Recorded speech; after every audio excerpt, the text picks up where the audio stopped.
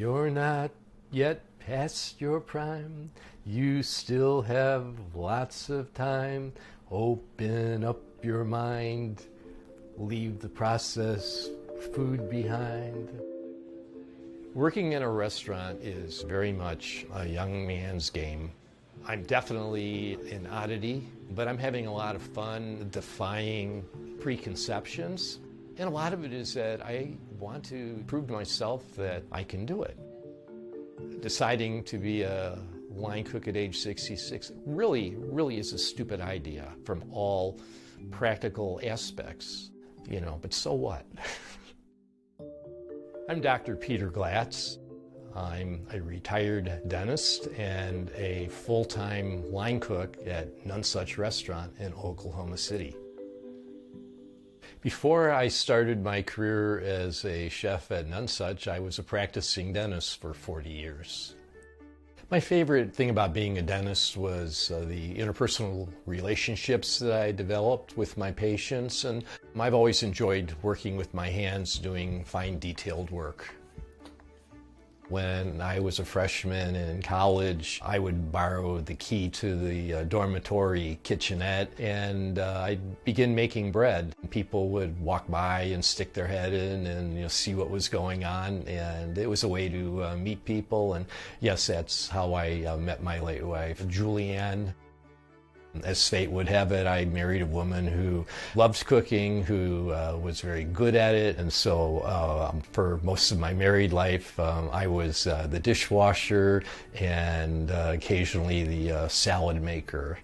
I was wanting to prepare myself for a career in the arts. I shared this information with my father, and his comment was, how do you think you're going to support a family as an artist, and you ought to go and do something like dentistry. I felt like dentistry used a lot of the same skill sets that I would utilize in art, and it was a more lucrative and stable job situation. Dental school was very, very hard for me. I had never faced failure before, and I wasn't about to then.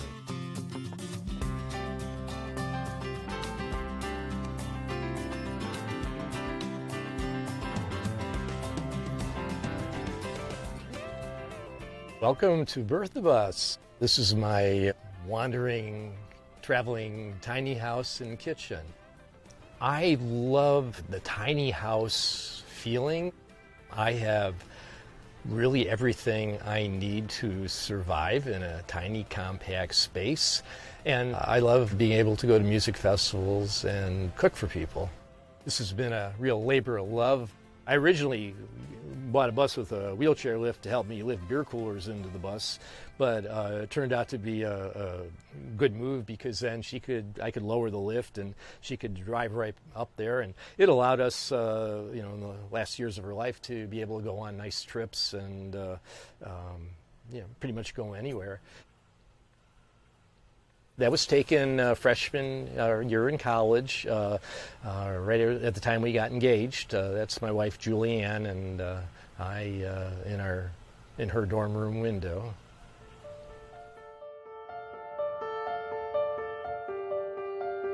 When I lost my wife and my children were all grown up and had their own families by this point, I was able to look at myself and say, I don't need to do this anymore.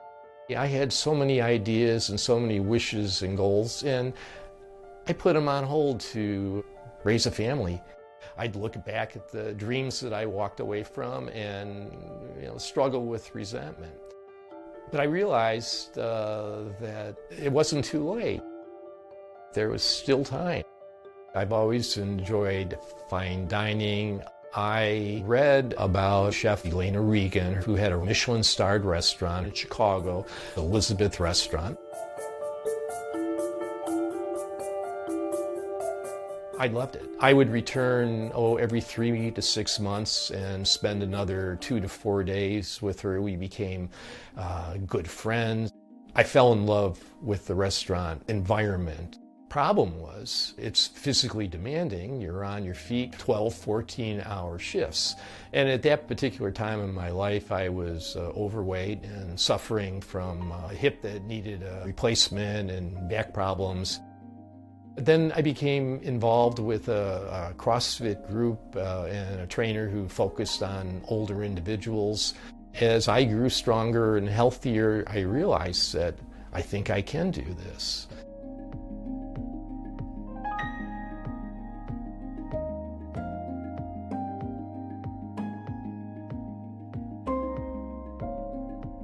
In all these places, I just found my happy place, and that's what made me feel like I want this to be more than a hobby. I want this to be my life.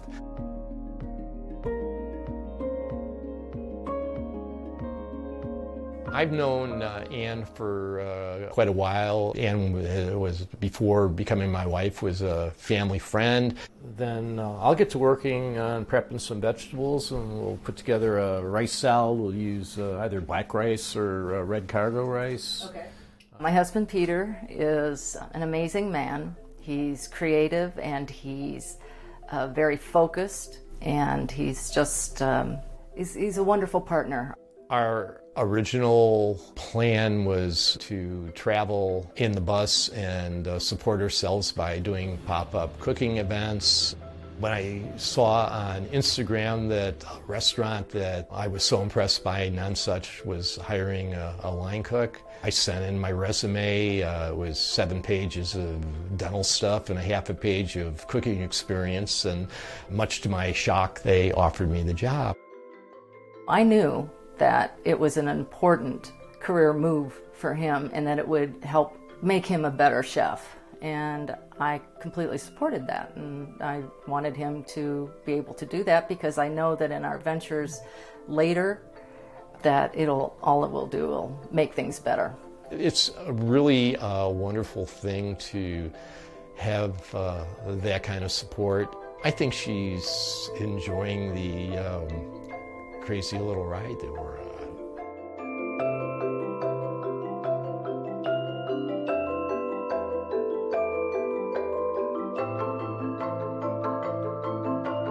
I think Peter's story is very brave, you know. That's like something I think a lot of people his age think about and no one tries, so it's pretty cool. He definitely brought something to this restaurant, to our kitchen, that we were lacking and that we didn't know that we needed. It's just a bunch of mostly young kids in here, you know, myself included, and so it's very refreshing and humbling to have him here and kind of just like remind us, you know, what life is really about.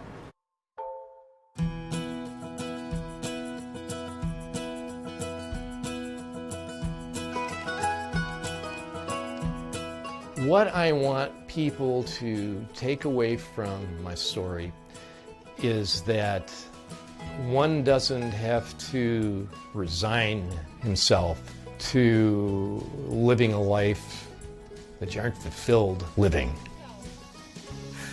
I want to thank you all so much for being here.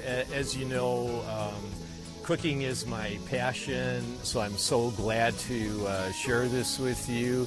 What the mind can conceive and believe, it can achieve. Chin chin. Chin chin.